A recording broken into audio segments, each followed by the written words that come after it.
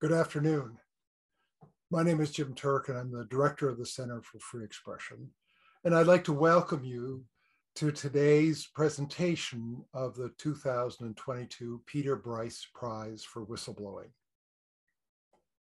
I would like to introduce David Hutton, who's a senior fellow of the Center for Free Expression and one of the leading experts on whistleblowing in Canada, to tell you a little bit about the prize.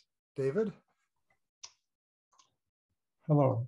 The Peter Bryce Prize is given annually by the Centre for Free Expression at Ryerson to recognise and honour individuals who serve the greater good by courageously speaking up about wrongdoing and abuses of public trust. We often call such people whistleblowers, and their courage and integrity is typically rewarded by life-changing reprisals designed to punish and silence them. The prize is our way of saying thank you to people who've aimed at high and often sacrificed a lot in their efforts to protect us. We chose to name this prize after Dr. Peter Bryce, one of Canada's first whistleblowers back in the 1900s, because of his remarkable courage and dedication. As a prominent and respected physician, he was chosen to take charge of the health of First Nations people and soon discovered the abusive conditions and the appalling death rates among children in the residential school system. He meticulously documented what he had found out and made every effort to bring about change and to inform the public. Now, would Canadians back in the early 1900s care about the deaths of children who in those days were commonly described as savages? In fact, they did, and there was public outcry, but successive governments refused to budge and instead made every effort to silence Bryce. They not only buried the bodies, but they buried the evidence, refusing to publish Bryce's reports and even halting the gathering of basic public health statistics. Now, these are the kind of tactics that we see still being used against First Nations people to this day. For example, in the case of Fort Chipewyan in Alberta. Last year's recipient of this prize, Dr. John O'Connor, can tell you all about that. Although Bryce's career was ended prematurely, he devoted the rest of his life to the cause of improving conditions in the residential schools. But his individual efforts to gain public attention were simply overwhelmed by the government's superior resources. Bryce is buried here in Ottawa in Beechwood Cemetery, and his grave has become a kind of shrine or a meeting place for those who care and want to know more about Canada's treatment of First Nations people. This prize is to recognise some of those individuals whose principles have caused them to follow in Bryce's footsteps, to become, in some sense, his heirs. The recipients of this prize are chosen by committee after a public nomination process and received an inscribed crystal trophy, which you'll see shortly. They also receive a check for $5,000, thanks to the generosity of the Zita and Mark Bernstein Family Foundation. Thank you, David. It's my honor now to be able to present the recipient of the 2022 Peter Bryce Prize, and that is Janet Merlo. Janet, can you join us? Janet Merlo joined the RCMP in 1991 and was transferred from her home province of Newfoundland and Labrador to British Columbia, where she worked as an RCMP constable for nearly 20 years. But during that time, she faced serious gender-based harassment and bullying, which got so bad that her doctor urged her to go on medical leave in 2010, which she did. In 2012, after speaking publicly about gender-based harassment in the RCMP, she chose to be the representative plaintiff in a class action lawsuit against the RCMP and the Solicitor General of Canada. A year later, Janet told her story in an exceptional book she wrote titled "No One to Tell: Breaking My Silence on Life in the RCMP." And I'd encourage anyone in the audience to get this book from their library or to buy a copy. It is quite a remarkable book. The class action lawsuit that Janet began became known as the Merlo-Davidson, after Linda Davidson, a fellow officer in Ontario who had filed her own lawsuit, joined with Janet in a settlement. That settlement in 2016 ultimately resulted in Canada paying out more than $125 million to thousands of women who had faced discrimination, harassment, bullying, and sexual assault during their time as RCMP officers and staff. The price Janet was made to pay for launching and continuing the class action lawsuit was very high. She faced horrific abuse from the public and backlash from the RCMP. Last November, former Supreme Court Justice Michelle Bastarache released the final report on the claims process, titled Broken Dreams, Broken Lives. The 178-page report made clear that fundamental change is needed to rid the RCMP of a systemic, toxic culture that tolerates hateful, sexist, and homophobic attitudes. The report was based on the more than 3,000 claims filed by women against the RCMP and on interviews with nearly 650 of those women. The report notes that the assessors who reviewed these data were shocked to their core by what they had learned. Janet, your courage, integrity, and willingness to speak up about longstanding and a terrible wrong in one of Canada's best known and respected institutions is why the Center for Free Expression is honored today to present you with the 2022 Peter Bryce Prize, created to recognize and honor individuals who serve the greater good by courageously speaking up about wrongdoing and abuses of public trust. As David mentioned, the prize is accompanied by a check for $5,000 that we're delighted to be able to present to you, thanks to the generosity of the Zita and Mark Bernstein Family Foundation. It is normally, if this were, we were able to do this in person as we would prefer rather than virtually, I would present you with a plaque, but I should share with the audience, we shipped the plaque to you so you could receive it today, but also if you could show it to everyone. I sure will. It's a glass plaque, so it's sort of hard to see through, but it's really, we're so delighted to be able to recognize your courage and strength and the important changes that you've made possible. So I'd like to just turn it over to you, say whatever you'd like to say. Thank you very much. As you can see, I had a technical difficulty with my prize. Thank you so much. My name is Janet, and I'm speaking to you today from the land of the Snuneymuxw and the Coast Salish people of Vancouver Island, and I'm so honored to be here. When I found out that I had been nominated for the award, the first thing I did was research and read everything I could find about Dr. Peter Bryce. I was instantly drawn to his integrity and his desire to tell the truth. And I'm curious about what he would think if he was able to join us today and see the truth that he spoke so many years ago, proven beyond the shadow of a doubt with recent discoveries. It's just all so heartbreaking. For those of you who don't know me, I'm a retired member of the RCMP. I'm originally from Harbour Grace, a small fishing community in rural Newfoundland. And I always had a deep interest in crime and society, and I completed a degree from Memorial University in sociology and a certificate program in criminology in 1989. And I wasn't sure where that direction was going to take me. When my friend asked me to go with her to do the entrance exam to the RCMP, I reluctantly agreed. The guy asked if I was going to write it too, and I assured him I was there for moral support only.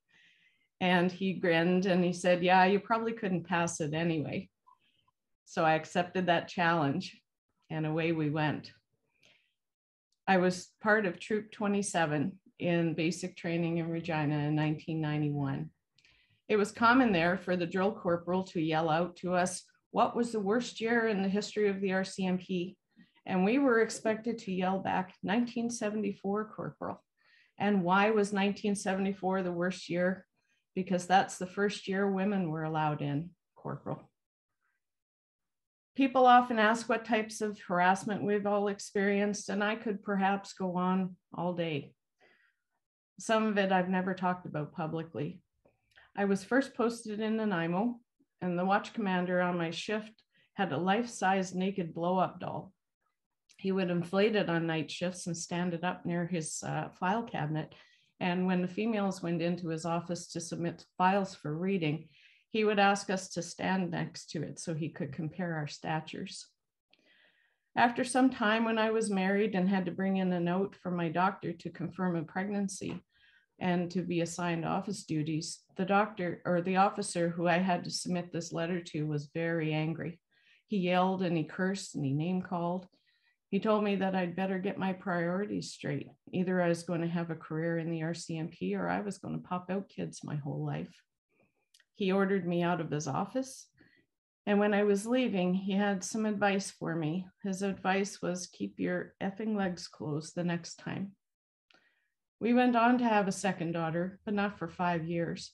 Not until a guy in the role was a little more understanding of female members. That experience of being yelled at, belittled, scoffed at, changed our plans for our family, because I would have had my girls closer together if my policing job was more accommodating of women having children in the 1990s. In 2007, I'd had enough, and I made my complaints formal, and that was essentially the end of my career. I was subjected to an immediate staffing interview and told that my time in Nanaimo was done, and I was being transferred to the Lower Mainland. They knew that transferring me away from my husband and kids would probably get me to quit, but I wasn't quite done yet. I wrote the commissioner of the RCMP and asked him for help. I agreed to transfer within commuting distance of my home and told him of all the harassment that I had endured from the management. And I felt that this sudden transfer was unwarranted and was punitive because I'd spoken out. My formal complaint started an investigation into the harassment and bullying. My doctor put me off on medical leave and I waited. The RCMP thoroughly investigated themselves for 2 years and returned in 2009 with a multi-page final report saying that nothing had ever happened. Everything was unfounded. None of these trained investigators remembered seeing any misconduct, harassment, bullying, and nobody had experienced it either.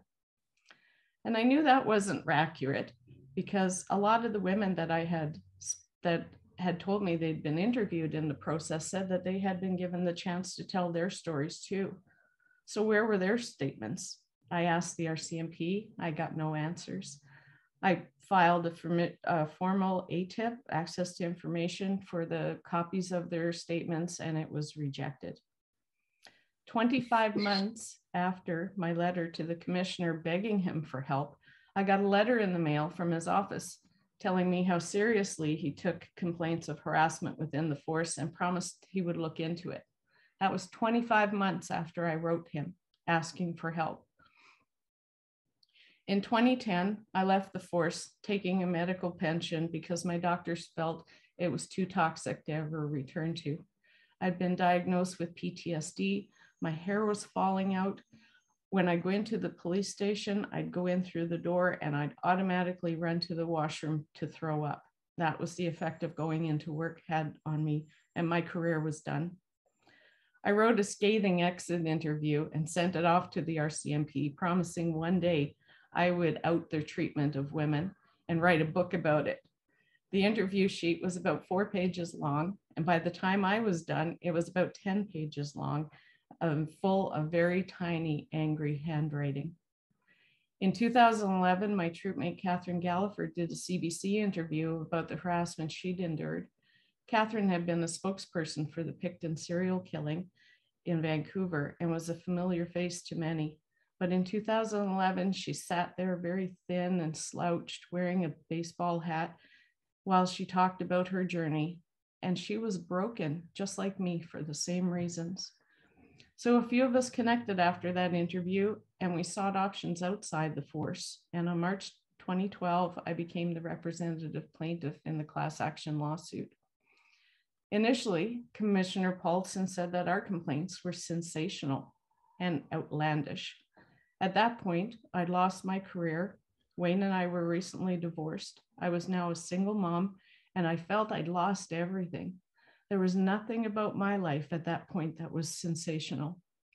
Paulson said he couldn't help it if the ambitions of some outweighed their abilities, suggesting that we were poor performers or disgruntled employees.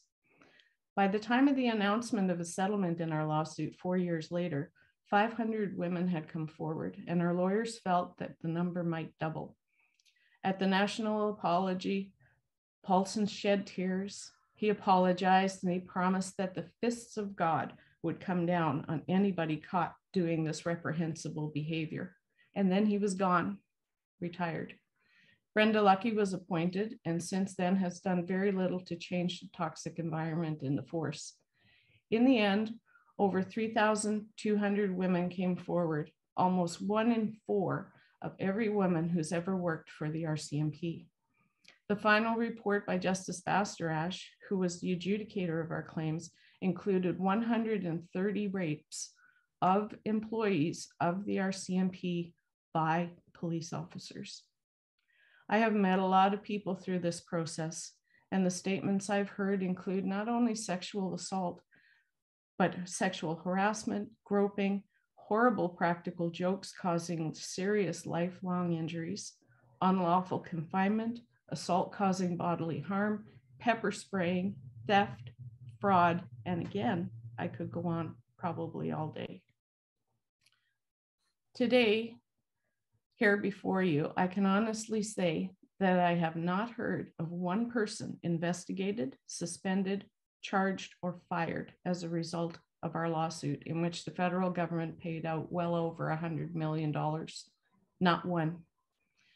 What's wrong with the RCMP, many people ask? Well, throughout the years, similar to some other organizations, some officers, when they commit criminal acts, they're named bad apples, and they're quietly transferred when they're caught breaking the law. They're shipped off to unsuspecting communities where no one would ever know what has all transpired. And once they're given that break, they're usually good company people after that in return, and they work their way through the promotional process into middle and upper management. What has happened is that now they have to protect each other, because at that level of management, many of them have either been part of the misconduct or they played a role in covering it up. I've always said that I've had the honor of working with many good, hardworking police officers, men and women, and the problem in the force lies with a potent minority in the mid to upper management. Hardworking, good, deserving cops who want to promote upward and make changes can't break into that elite group at the top unless they concur with management. If they don't, they will never be promoted. Every report completed on the RCMP, and there's been many over the years, have recommended that an external independent body needs to be created to deal with internal complaints of misconduct. The police should never investigate themselves, full stop. The RCMP will not do that. They are able to ignore every report and fail to live up to their commitments they have promised for one reason. And that one reason is nobody holds them accountable for anything. Canadians should be mad as hell about what's going on in their police force. Last fall, I began to collaborate with Olivia Chow at the Institute for Change Leaders. It isn't good enough anymore for the federal government and the RCMP to do nothing while the misconduct continues. Men and women in the force are still reaching out to us and to the lawyers asking for help. With Olivia's help, we are beginning a movement to gather victims of harassment at all levels of policing in Canada through the military personnel and anybody in the community who wants to join with us and make Canadians aware of what's happening in their police and military and get them united enough to demand change, to demand that external body be created, because policing in Canada is in crisis. Millions of their taxpayers' dollars are going to compensate for misconduct, and not into policing communities. We need to make them more aware that the officer that comes to their door when they're in crisis may be on the brink of suicide themselves. Perhaps they've been raped by their supervisor and there's nowhere for them to go. They look at those of us who spoke out and how we were railroaded right out the door, and they don't want that to happen to them, so they suffer in silence. So in the next few weeks, we're going to be announcing a not-for-profit, creating a website, reaching out to our MPs and encouraging Canadians to help us make that independent investigative body a reality. We need to put pressure on elected officials for this to happen. So watch for us, join us, share it with everybody you know, and together we can keep this fight going. It's been a long decade, but we're not done yet. So today I'm honored to accept this amazing award. I accept it on behalf of myself, for my daughters who've been troopers as their mom have taken this on for the last decade. Their lives have been quite impacted too. They're grown up now, done post-secondary and out working in their fields, which is not policing. I accept this on behalf of members like my friend Alec, who will speak next, who did their own individual harassment lawsuits, and to the 3,200 women who came forward in the class action. I accept it on behalf of my friend Krista Carley, who took her life during this process. She also spoke out about her burden, but it was too much, and we miss her dearly. So thank you.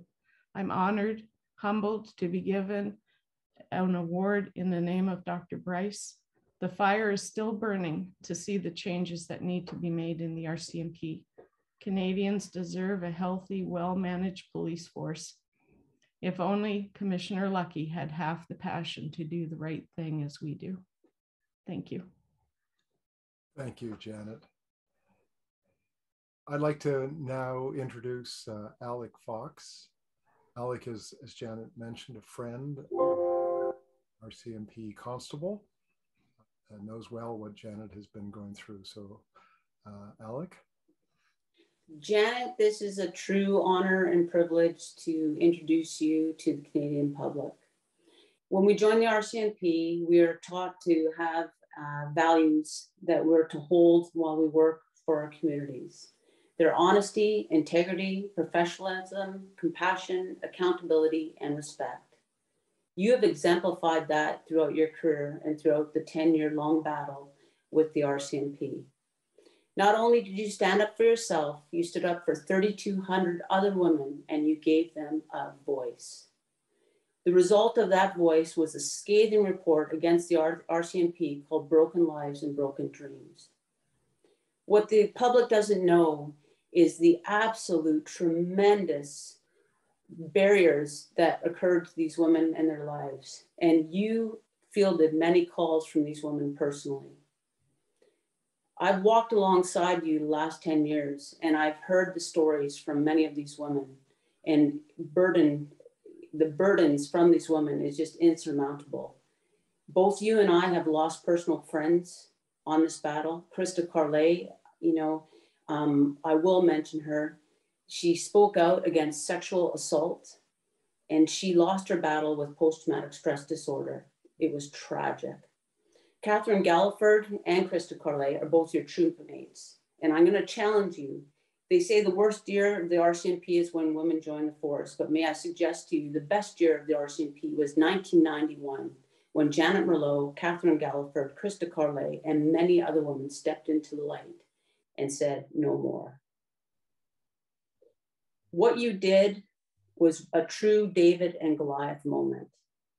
I guarantee you that no one would think you'd be successful on this journey. This was an insurmountable challenge. Nobody in the RCMP history had the fortitude to actually have a civil litigation of this magnitude go against the RCMP. You forged great change in the RCMP. You brought to the attention of the Canadian public that independent oversight is needed. And because of your actions, they have now developed an independent review board, which doesn't have the teeth that we quite need yet, but we're working towards that. Your actions caused a reaction. There is now a racist discrimination lawsuit, and Marge Hutton is the face of that. There's also a generalized harassment lawsuit, which Todd Gray is now the face of. You started a snowball effect that will not stop until changes happen. But you didn't stop there. You got involved with Olivia Chow and the Institute for Change Leaders, and you're forging great change right now in this moment. You are putting your money where your mouth is. Not to mention your book. That was a pretty darn good book too, I might add. Janet, it is an absolute privilege to be your friend, to be your colleague. You are truly a historical penultimate point in history, and that was never lost on me. I thank you for your service. I thank you for your integrity. I thank you for your honesty, your graciousness, your true selfless acts. It's an absolute honor, and I thank you. Thank you, Alec, and thank you for those moving words. Janet is an example of the importance of whistleblowers in our society, because so many things go, so many wrongs go unattended, ignored, are not dealt with because the public doesn't know. It takes tremendous courage to do what Janet has done. And again, I want to say what an honor it is to be able to present this award to you this year. Thank you very much. And thank you to the audience for joining us today. Bye-bye, everyone. Thank you.